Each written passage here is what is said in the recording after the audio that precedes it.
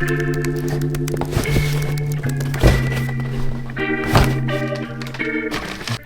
everyone, how are we doing? So in today's video, as you can probably tell by this big stack behind me, we have an Amazon book unboxing haul, and I'm personally so excited. I haven't bought a book off Amazon in a really long time. Like recently, the last 6 months, if I do buy books, I'm buying them in bookshops, and I am the biggest advocate for buying books from bookshops, especially independent bookshops.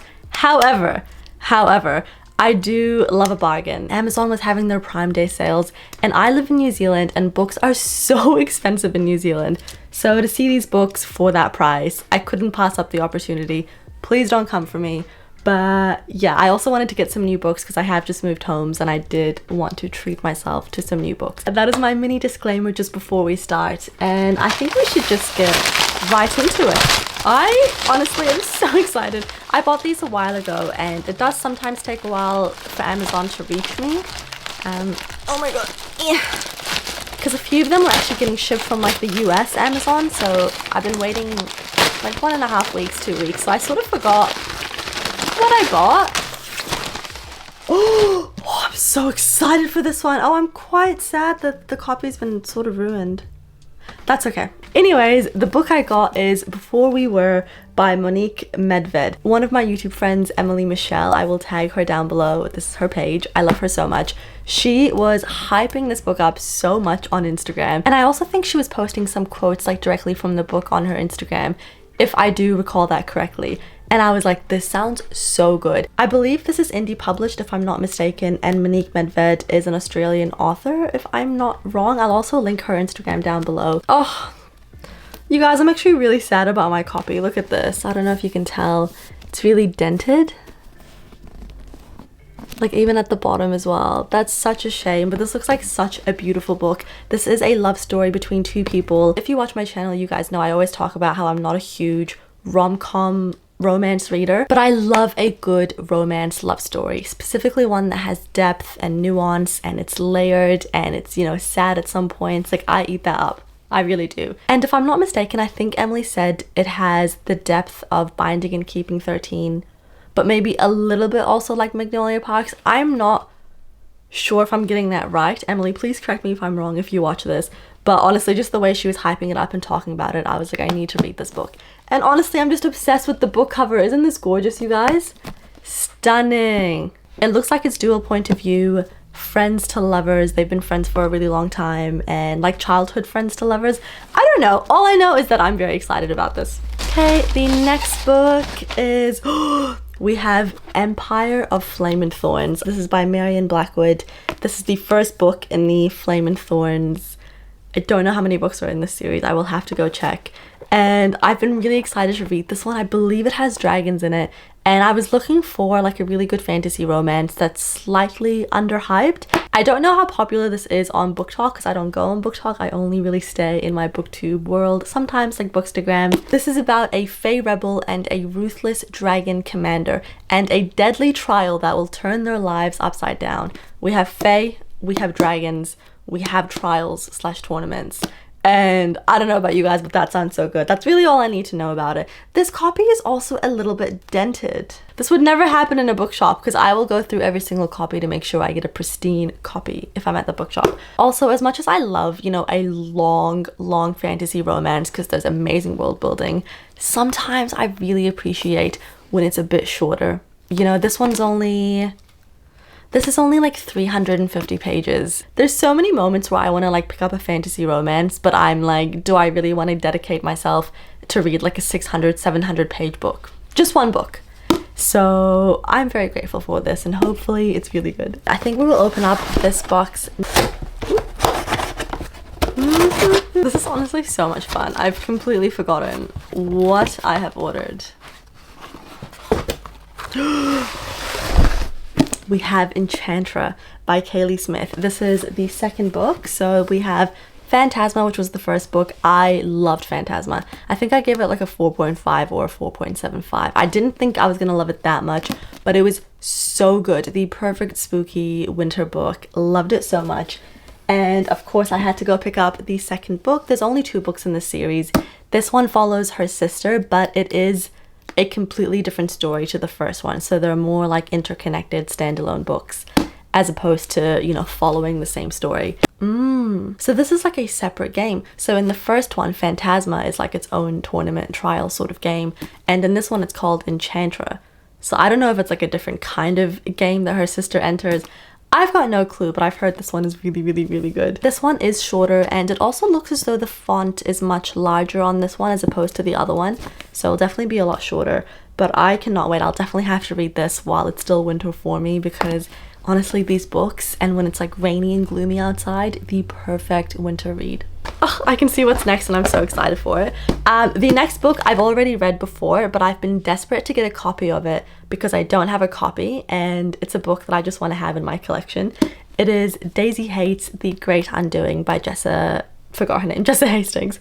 And I read this one actually on my Kindle, and I ended up loving this one so much. I didn't really love the first Daisy Hates book in that series, so I didn't really want to buy the second one, but when I read it on my Kindle, I was like, oh my god, this is so good. But by the time I wanted to purchase it, I could only find this copy of it, and I was like, that does not go with my books, and also I just don't really like this copy that much. Like, it's fine, but it's nowhere near as beautiful as this cover. Like, are you kidding me? I love it so much. I love all the Magnolia Parks like book covers. I think they're so beautiful. Oh, I'm so happy to own this and like to hold it in my collection. I do think I want to reread this one because honestly, Julian hates, and some of the quotes and passages in his chapters, fantastic. Love them so much. What do we have next? I'm so excited for this one. Next up, we have Rose in Chains by Julie Soto. Now, what I've heard about this one online is that this is inspired by Dramini. And let me just tell you guys something. I grew up on Dramini fanfiction. I was reading Dramini fanfiction for so many years. Like, it was all I would read at some point when I was like, honestly, I think 13 to 17. Like, obviously I did read books at that age, but I was mostly reading Dramini fanfiction. Like, it was my obsession. I couldn't get over it. And to this day, I still love Dramini. Like, it is just the ultimate... It's the ultimate thing for me. I've been hearing such good things about this one. I do believe it's a bit more of a darker fantasy romance.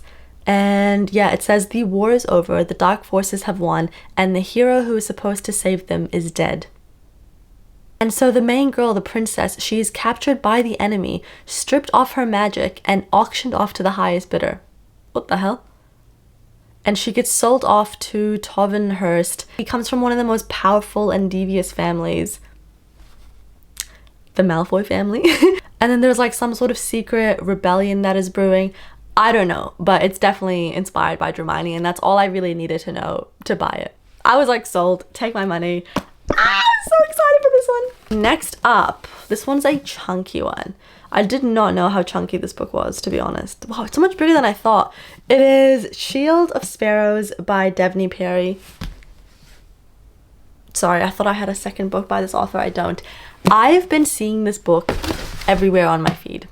It is blowing up. Now, a lot of times I do succumb to the popular books blowing up, and a lot of times I don't. Like when Silver Elite came out and everyone was obsessed with it and reading it, I was like, I don't know if I want to read it. If you do think I should read it, let me know, but I just wasn't...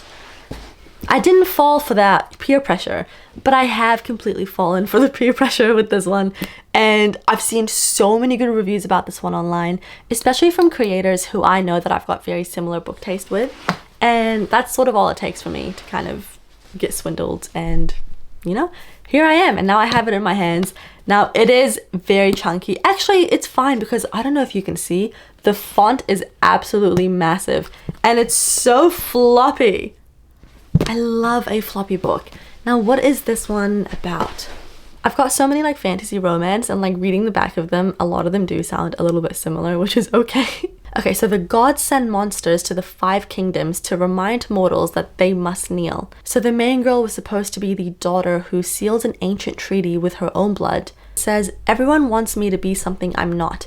A queen, a spy, a sacrifice.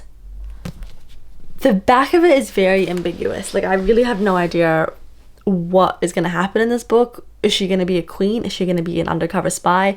I don't know, but the more vague and ambiguous, the better. I like to go into stories a little bit more blind. I just think it makes the reading experience so much better.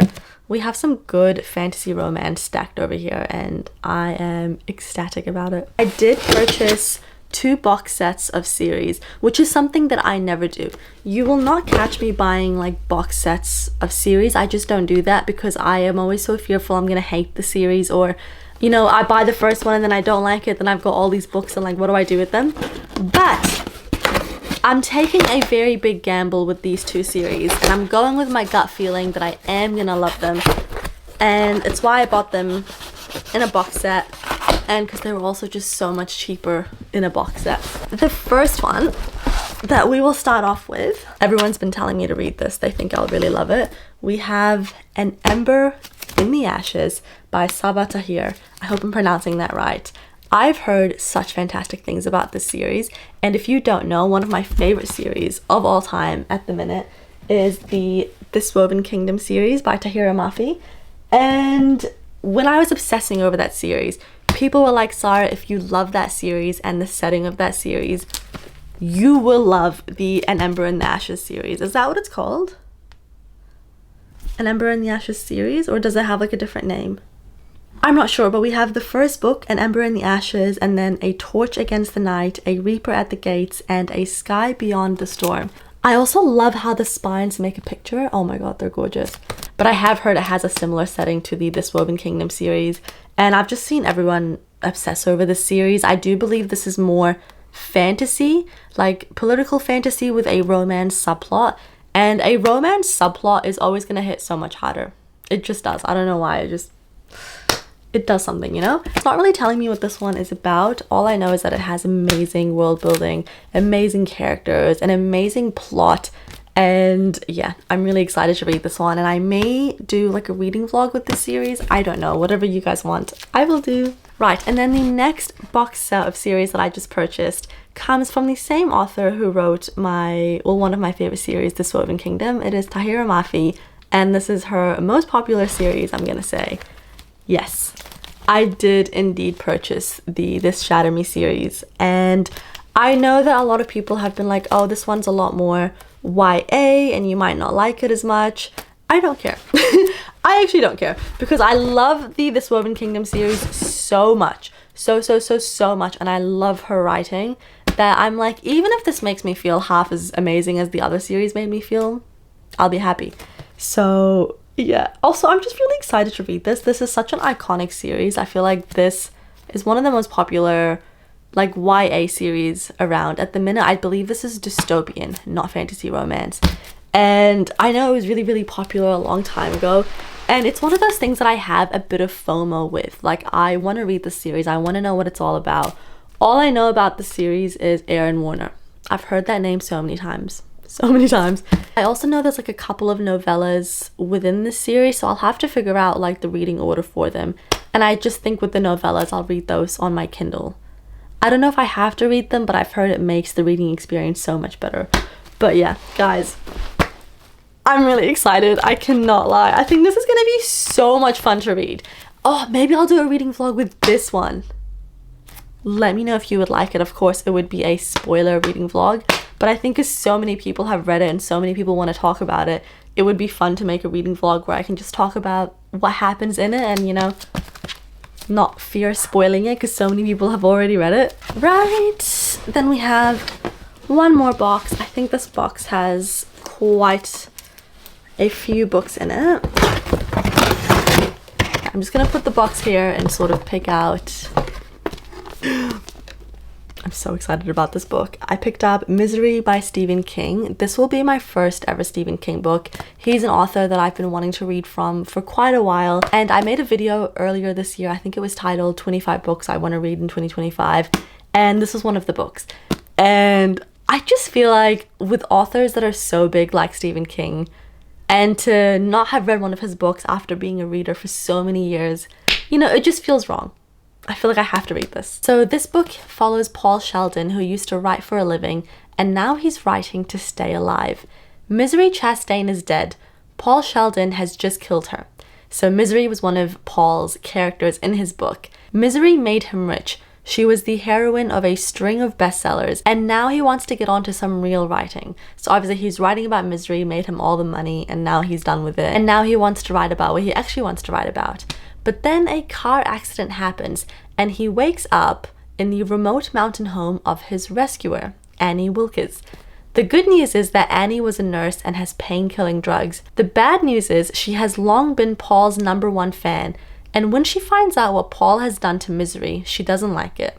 So you've obviously got like parasocial relationships with a reader and the character that an author has created.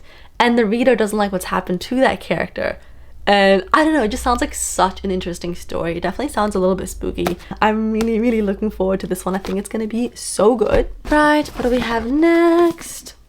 We have Bury Our Bones in the Midnight Soil by V.E. Schwab. This book has been on my radar as soon as it came out, and I'm so happy it's finally in my hands now. I love V.E. Schwab. I think V.E. Schwab's writing, phenomenal. Like, it's so good. The Invisible Life of Addie LaRue is like my favorite book, one of my all-time favorite books. And something about her that I think is amazing is she's able to write different genres so well. V.E. Schwab just knows how to write. She is so fantastic at what she does. This book follows 3 young women. For one of the stories, it's set in 1532, another one is set in London 1827, and another one is set in 2019. This is a story about life, how it ends, and how it starts again. Now, all I know is that this is about vampires. This is a vampire book, and I believe it's a sapphic vampire book, which is going to be so fun and just so different to what I normally read. And I just trust V.E. Schwab. Whatever she writes, I will read, and I probably will love. Okay, what do we have next? To have this book in my hands feels so good. I just think this man's writing, phenomenal. It is the most... It's hard to explain, but his writing just pulls at your heartstrings. He has this sort of writing that makes you take a long time reading, because after so many sentences, you just find yourself like staring at the wall, just trying to comprehend what he wrote, because he just gets into the mind, he gets into the heart. He's so good at what he does. And this one seems like quite a sad story, if I'm not mistaken. So it says, in the corner of one of the most famous paintings in the world, 3 tiny figures sit at the end of a pier. Most people don't even notice them. Most people think it's just a depiction of the sea, but Louisa, an aspiring artist herself, knows otherwise. 25 years earlier, in a distant seaside town, a group of teenagers seek refuge from their bruising home lives by spending long summer days together. They tell jokes, they share secrets, and they commit small acts of rebellion. These lost souls find in each other a reason to get up each morning, a reason to dream, and a reason to love. This is a book about the testament to the transformative, timeless power of friendship and art. Guys, this sounds so good. What the hell? I want to read it, I want to underline it, I want to tab it. I can see my dog waiting for me and he wants to be walked, so I'm gonna try to go a little bit faster. Oh my god, this book is so exciting. Then I have Mistborn by Brandon Sanderson. Now, this was also a book/series that I mentioned I really wanted to read in 2025. And I know so many people love Brandon Sanderson. This will definitely be stepping out of my comfort zone a little bit, because this is more like epic high fantasy, which is not something I normally read. Like, the most fantasy I read is like, you know, fantasy romance. But this is like epic, adventurous, high fantasy, if I'm not mistaken. But I've heard that this is one of the best series of all time. Wow, over 10 million copies sold. Whoa. Brandon Sanderson, Brando Sando, he is like one of the biggest authors in the fantasy realm. And I'm just really excited to read this book and see if I like this type of epic fantasy, because there's definitely lots of books in that sort of epic high fantasy genre where I've heard about them. Like, I've heard they're really good. I think there's The Name of the Wind, the Sword of Kaigan, something, I don't know, but these are books that I've seen before, I've heard of them, and I know they're sort of all within a similar genre to this. And I think it'd be so exciting if I do love it, because then it would open up a whole different sort of genre for me to read, and that's always very exciting as a reader. Right, next up we have Talking at Night by Claire Deverley. This is a literary fiction, if I'm not mistaken, and I talk about this all the time, but you guys know I love literary fiction that revolves around friendship and love, specifically like a coming of age story, and you witness them grow from like, you know, children to like adolescence to early adulthood. There's just something about that. It hits so hard for me. And I've heard this one is actually quite tragic. It's about these two young people, yes, Will and Rosie. They meet as teenagers and they grow really close, destined to be one another's great love story, until one day tragedy strikes and their future together is shattered. As the years roll on, Will and Rosie can't help but find their ways back to each other.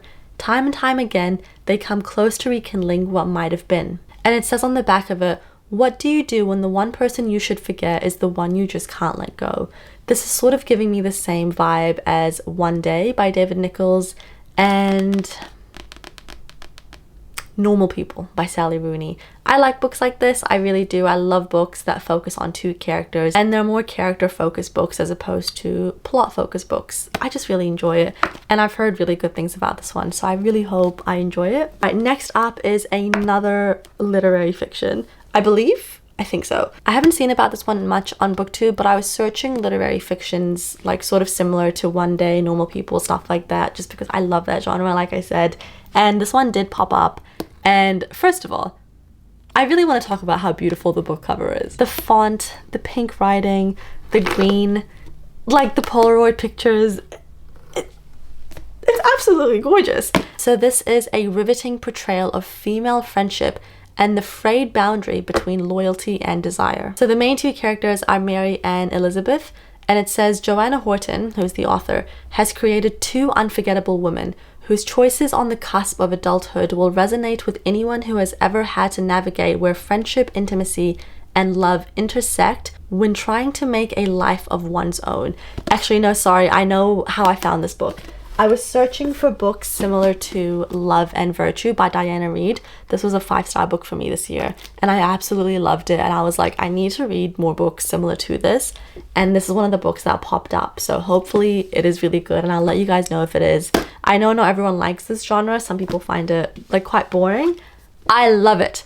I love it. Give me an introspective book about friendship, love, adulthood, navigating that at a young age, and like just sort of dealing with all these emotions. I love it so much.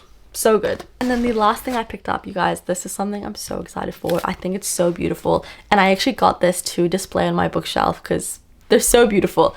I got these 3 Jane Austen special editions. So we have Emma, Sense and Sensibility, and Pride and Prejudice.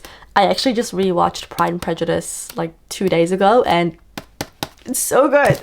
It is so good. I love Mr. Darcy. I love how it's shot, and I love Keira Knightley in it. I just think that movie is so good. It says, I declare after all there is no enjoyment like reading, and that's by Jane Austen. Like, let's just appreciate how beautiful these are. Oh my god, you're actually kidding me. You are kidding me. So we have Pride and Prejudice. Oh, you guys. Oh, this is so beautiful.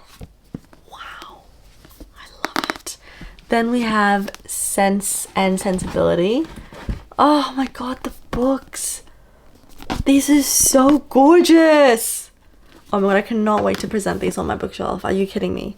Are you kidding me? And then we have Emma. Oh! You guys, like, are you seeing what I'm seeing? Are you seeing what I am seeing? These are so beautiful. I'm overwhelmed with joy. Like, I'm so excited. I'm in such a big reading mood at the minute, and these books are just making me more in that mood. Like, I am overwhelmed. I also feel like I've got a very good mix of genres over here. We've definitely got a decent amount of fantasy romance. We've got literary fiction. We have some classics. We have dystopian. We have like high fantasy. We also have a mystery, and then we have like a contemporary romance. We've got some good things going on over here, and yeah, I really hope you guys enjoyed my book haul. Let me know if you've read any of these books and if you love them, and yeah, that's really all I have to say. Thank you so much for watching. I'll see you in the next one. Bye!